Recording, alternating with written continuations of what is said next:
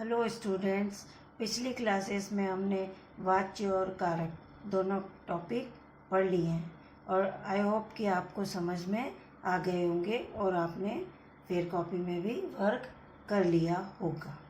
आज की क्लास में नया टॉपिक विशेषण लेंगे। हम विशेषण के बारे में पढ़ेंगे आज। देखिए, विशेषण यानी विशेषता, क्वालिटी, किसी भी चीज़ की, व्यक्ति, वस्तु, पशु, पक्षी, हर एक में कोई न कोई खासियत, कोई न कोई विशेषता होती है। और संज्ञा और सर्वनाम या जिन शब्दों की विशेषता बताई जाती है उन्हें ही विशेषण कहा जाता है। विशेषण यानी विशेषता बताना, यानी क्वालिटी आना। तो जो शब्द संज्ञा व सर्वनाम शब्दों की विशेषता बताते हैं उन्हें विशेषण कहते हैं। जैसे विशेष एवं विशेषण। विशेष जिन संज्ञा व सर्वनाम शब्दों की विशेषता बताई जाती है उन्हें विशेष कहते हैं। जैसे मेरे पास 5 खिलौने हैं, तो इसमें 5 विशेषण हुआ और खिलौने विशेष हुए, यानी खिलौने के बारे में बता रहे हैं हम, इसलिए खिलौने विशेष हुआ और 5 विशेषण हुआ। जैसे राम एक ईमानदार लड़का है, तो इसमें ईमानदार राम की खासियत हो गई है, यानी राम की विशेषता हो गई है, तो यहाँ पर राम विशेष होगा। तो जिन भी शब्दों के बारे में हम बताते हैं, उनकी विशेषता बताते हैं, उनकी क्वालिटी बताते हैं, वो शब्द तो विशेष्य होते हैं और उनके बारे में भी जो हम कहते हैं वो होते हैं विशेषण। ये तो आपकी विशेषण और विशेष। आपको विशेषण की परिभाषा लिखनी है, विशेष एवं विशेषण के बारे में उदाहरण सहित अपनी कॉपी में लिखना है। अब आता है आपके विशेषण के भेद। काइंड्स ने 4 प्रकार के होते हैं, मुख्य रूप से तो 4 प्रकार के होते हैं और आपको विशेषण के भेद को फ्लो चार्ट के माध्यम से समझाना है। पहले विशेषण के भेद लिखकर फ्लो चार्ट बनाना है, उसमें चारों भेद को लिखकर फिर चारों भेद के भी और उपभेद है। जैसे गुणवाचक विशेषण, किसी वस्तु या व्यक्ति, कोई भी वस्तु हो, व्यक्ति हो, उसके गुण दोष यानी उसकी अच्छाई बुराई, उसका रंग रूप आकार प्रकार अवस्था स्वाद आदि विषय के बारे में अगर हम उसकी विशेषता बताते हैं तो वो गुणवाचक विशेषण होता है। कि जैसे वो व्यक्ति बहुत ईमानदार है, वह लड़का बहुत बेईमान है, उसका रंग काला है, वह कुरूप है, उसका आकार टेढ़ा मेढ़ा है, यह एक प्रकार की प्रजाति है। इस प्रकार अगर हम विशेषता बताते हैं तो वो गुणवाचक विशेषता होती है। जैसे रीता बहुत लंबी है, तो ये रीता की विशेषता है कि वो बहुत लंबी है, अन्य दूसरे लोगों से वो ज़्यादा लंबी है, ये उसकी खासियत है। तो ये गुणवाचक विशेषण हुआ, यानी ये रीता का गुण बता रहा है, उसकी लंबाई के बारे में, मतलब उसके आकार के बारे में। दूसरा आता है आपका परिमाणवाचक विशेषण। परिमाण अर्थात मात्रा, माप, नाप, तोल। किसी भी चीज को, किसी भी वस्तु को हम नाप कर तोल कर लेते हैं। जैसे भाई 4 देना, 8 देना, 2 किलो देना, आधा किलो देना, तो ये सब हम उसको माप बताते हैं। तो ये परिमाणवाचक विशेषण के अंतर्गत आता है। इसका अर्थ होता है मापना या तोलना। जो विशेषण शब्द किसी वस्तु की मात्रा का बोध कराते हैं कि भाई कितना है, आधा गिलास पानी है, पूरा गिलास पानी है, अथवा माप तोल संबंधी विशेषताओं का बोध कराते, वे परिमाणवाचक विशेषण कहलाते हैं। परिमाणवाचक विशेषण के भी 2 भेद है, ये आपको फ्लो चार्ट के माध्यम से समझाना है। इसके भी 2, जैसे निश्चित परिमाणवाचक विशेषण और अनिश्चित। निश्चित में फिक्स होता है कि जिन विशेषण शब्दों में वस्तु की निश्चित मात्रा का बोध होता है उन्हें निश्चित वाचक परिमाणवाचक विशेषण कहते हैं। जैसे 10 किलो आटा खरीदना, आटा 10 किलो ही खरीदना है, थोड़ा आटा खरीदना है या ज़्यादा आटा खरीदना है ऐसा नहीं है, 10 किलो यानी फिक्स है, निश्चित है कि हमें 10 किलो ही आटा खरीदना है, तो ये इसकी संख्या निश्चित है, मतलब इसका तोल निश्चित है। अनिश्चित परिमाणवाचक विशेषण, जिन विशेषण शब्दों से वस्तु की निश्चित मात्रा का बोध नहीं होता उन्हें अनिश्चित परिमाणवाचक विशेषण कहते हैं। जैसे दाल में नमक कम है। अब कितना कम है? मुझे थोड़ा आटा लाना है। थोड़ा यानी कितना? आधा किलो, किलो। तो ये कम, थोड़ा, कोई, कुछ, ये सब अनिश्चित परिमाणवाचक विशेषण के शब्द हैं। थर्ड नंबर आता है आपका संख्यावाचक विशेषण। संज्ञा सर्वनाम की संख्या संबंधी विशेषता का बोध कराने वाले शब्द संख्यावाचक विशेषण कहलाते हैं। इसके भी दो उपभेद है, निश्चित संख्यावाचक और अनिश्चित संख्यावाचक। जिन विशेषण शब्दों से निश्चित संख्या का बोध होता है, ये सेम ऊपर वाले जैसा ही है, परिमाणवाचक वाले जैसा ही भेद है।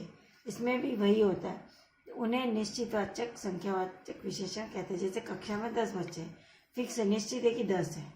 कह दिया कि क्लास में 10 बच्चे बैठे हैं, तो आपको गिनने की जरूरत नहीं है, निश्चित ही 10 बच्चे बैठे हैं। लेकिन अनिश्चित संख्यावाचक विशेषण, जिन विशेषण शब्दों से निश्चित संख्या का बोध न हो, उन्हें अनिश्चित संख्यावाचक विशेषण कहते हैं। जैसे कक्षा में कुछ बच्चे बैठे हैं, अब कुछ में कितने बैठे हैं? 1 2 बैठे हैं, 4 बैठे हैं, 8 बैठे हैं या 10 बैठे हैं। या कुछ लोग आए हैं, कुछ में कितने आए? 4 आए, 8 आए, 10 आए। तो ये अनिश्चित संख्यावाचक, इनकी संख्या निश्चित नहीं होती है।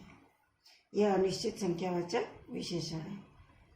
संख्यावाचक विशेषण के उपभेद और परिमाणवाचक विशेषण के उपभेद, ये सारे आपको फ्लो चार्ट के माध्यम से एक ही स्थान पर इन सारे भेदों को समझाना है।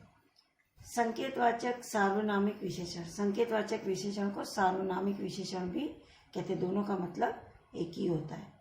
जो सर्वनाम शब्द संकेत द्वारा किसी वस्तु, संकेत अर्थात इशारा द्वारा किसी वस्तु या प्राणी की विशेषता बताते हैं, उन्हें संकेतवाचक विशेषण कहते हैं। जैसे वह सुधीर की कलम है, वह सुधीर की कलम है, मतलब वह इशारा कर रहा है।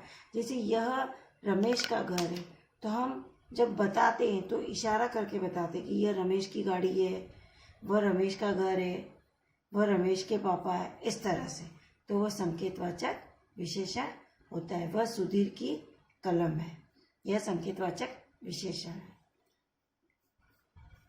अब इसका मेन प्रश्न है सर्वनाम व सार्वनामिक विशेषण में अंतर, क्योंकि सर्वनाम में भी यह, वह, इसका, उसका लगाया जाता है और सार्वनामिक विशेषण में भी वह, यह शब्दों का प्रयोग किया जा रहा है। तो जो सर्वनाम शब्द संज्ञा के स्थान पर प्रयुक्त किए जाते हैं वे सर्वनाम कहलाते हैं। यहाँ तो जैसे सुधीर, सुधीर तो खुद संज्ञा है, इसकी जगह तो हमने कोई और शब्द यूज किया ही नहीं है। सुधीर के पहले अगर हमने वह लगाया तो ये संकेतवाचक विशेषण है। और तथा जो सर्वनाम शब्द संज्ञा से पूर्व, यानी संज्ञा से पहले, ये संज्ञा इससे पहले ये लगा रखा है, वह बाद में विशेषण के रूप में, बाद में अर्थात यहाँ पर विशेषण के रूप में प्रयुक्त होते हैं, उन्हें सार्वनामिक संकेतवाचक विशेषण कहते हैं। सर्वनाम तो संज्ञा के स्थान पर काम आता है और सार्वनामिक शब्द, सार्वनामिक वो होते हैं जो संज्ञा शब्द के पहले या संज्ञा शब्द के बाद में प्रयुक्त होकर उस संज्ञा शब्द की विशेषता बताते हैं। जैसे इसमें सुधीर संज्ञा है, इसके पहले वह लग गया तो ये वह सार्वनामिक विशेषण है, ना कि सर्वनाम है। ये परिमाणवाचक विशेषण और संख्यावाचक विशेषण में अंतर। जो शब्द किसी परिमाण या मात्रा के उद्देश्य से बोले जाते हैं वे परिमाणवाचक विशेषण कहलाते हैं। जैसे कुछ आटा लाओ, अब कुछ में कितना लाओ? थोड़ा लाओ, ज्यादा लाओ, आटे को तो अपन गिन नहीं सकते, कुछ इन्हें उसकी मात्रा बता दी है, यानी कुछ आटा लेके आओ, यानी थोड़ा आटा लेके आओ। तथा जो गिनती के उद्देश्य से बोले जाते हैं, जिन्हें हम गिना जा सके, उसे संख्यावाचक विशेषण कहते हैं। जैसे कुछ बच्चे इधर आओ, इसमें क्या है, कुछ बच्चे आएंगे, 8 आओ, 10 आओ, 12 आओ, 15 आओ, हम उनको गिन सकते हैं, लेकिन इधर आटे को हम गिन नहीं सकते। यहाँ तक तो वो आपके विशेषण की परिभाषा, विशेष और विशेषण के भेद और भेदों की परिभाषा और विशेषण में अंतर। अब आता है आपका प्रविशेषण, जो विशेषण की भी विशेषता बताता है। जैसे विशेषण शब्दों की विशेषता बताने वाले शब्दों को प्रविशेषण कहते हैं। उसमें तो संज्ञा सर्वनाम की विशेषता बताने वाले विशेषण थे, इसमें विशेषण की भी विशेषता बताने वाले शब्दों को प्रविशेषण कहते हैं। जैसे फूल बहुत सुंदर है। अब यहाँ फूल की विशेषता बता रहे हैं कि ये सुंदर है, लेकिन सुंदर में भी ये बहुत सुंदर है, सुंदर विशेषता है, लेकिन ये बहुत सुंदर है, तो इस सुंदर की भी विशेषता बता रहे ये प्रविशेषण है। उसके बाद आता है विशेषण की अवस्था। अवस्था यानी स्थिति। जैसे विशेषण की 3 अवस्थाएं होती, मूलावस्था यानी उसकी मूल अवस्था, उत्तरावस्था और उत्तमावस्था। उत्तरावस्था यानी बीच की अवस्था, उत्तमावस्था यानी सबसे सर्वश्रेष्ठ यानी सबसे ऊपर की अवस्था। तो मूलावस्था, मूलावस्था में किसी प्रकार की तुलना नहीं होती, किसी की किसी से कोई तुलना नहीं होती है। इसमें विशेषता का मूलतः सामान्य कथन मात्र होता है।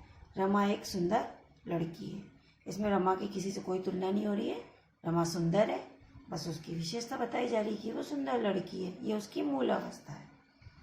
उत्तरावस्था, विशेषण की इस अवस्था में 2 व्यक्तियों व 2 वस्तुओं की परस्पर तुलना की जाती है, उनको आपस में कंपेयर किया जाता है। जैसे सुधा मोहित से ज़्यादा बुद्धिमान है, यहाँ पर सुधा को मोहित से कंपेयर कर रहे हैं कि भाई सुधा मोहित से भी ज़्यादा मेधावी बच्ची है, बुद्धिमान बच्ची है, तो यहाँ 2 जनों की आपस में तुलना करके बता रहे हैं। ये उत्तमावस्था। उत्तरावस्था है, उत्तमावस्था ये सर्वश्रेष्ठ। इस अवस्था में कई व्यक्तियों व वस्तुओं की अपेक्षा एक में सर्वोत्तम या सबसे अधिक विशेषता बताई जाती है, अर्थात उत्तमावस्था में किसी एक की अन्य से तुलना नहीं की जाती है। यहाँ पे बहुत सारे लोगों में किसी एक को ही सर्वश्रेष्ठ बताया जाता है। यहाँ कई 2 से या 3 से आपस में तुलना करके उसको सर्वश्रेष्ठ नहीं निकाला जाता है, बल्कि कई लोगों या कई व्यक्ति कई वस्तुओं के बीच में से किसी एक को ही सर्वोच्च बताया जाता है। ये किसी एक की अन्य से तुलना नहीं की जा सकती। प्रयुक्त एक को ही सबसे अधिक या सबसे कम बताया जाता है। जैसे रमेश का हृदय विशालतम है, यहाँ पर रमेश को किसी से किसी की तुलना नहीं कर रहे हैं, लेकिन उसका हृदय सबसे बड़ा है, सबसे, यानी जितने भी लोगों का हृदय उन सब में सबसे बड़ा उसका हृदय। यहाँ पर किसी से किसी की तुलना नहीं हो रही है, उसका हृदय सबसे बड़ा है यानी सबसे ऊंचा है, महान है, इसके बारे में बताया गया। ये मूलावस्था, उत्तरावस्था और उत्तमावस्था, इसके ये 3 उदाहरण हैं। आपको ये उदाहरण देकर इन्हें कॉपी में एक्सप्लेन करना है। हमारा आज का टॉपिक विशेषण यही समाप्त होता है। अब नेक्स्ट क्लास में आपका नेक्स्ट टॉपिक स्टार्ट किया जाएगा।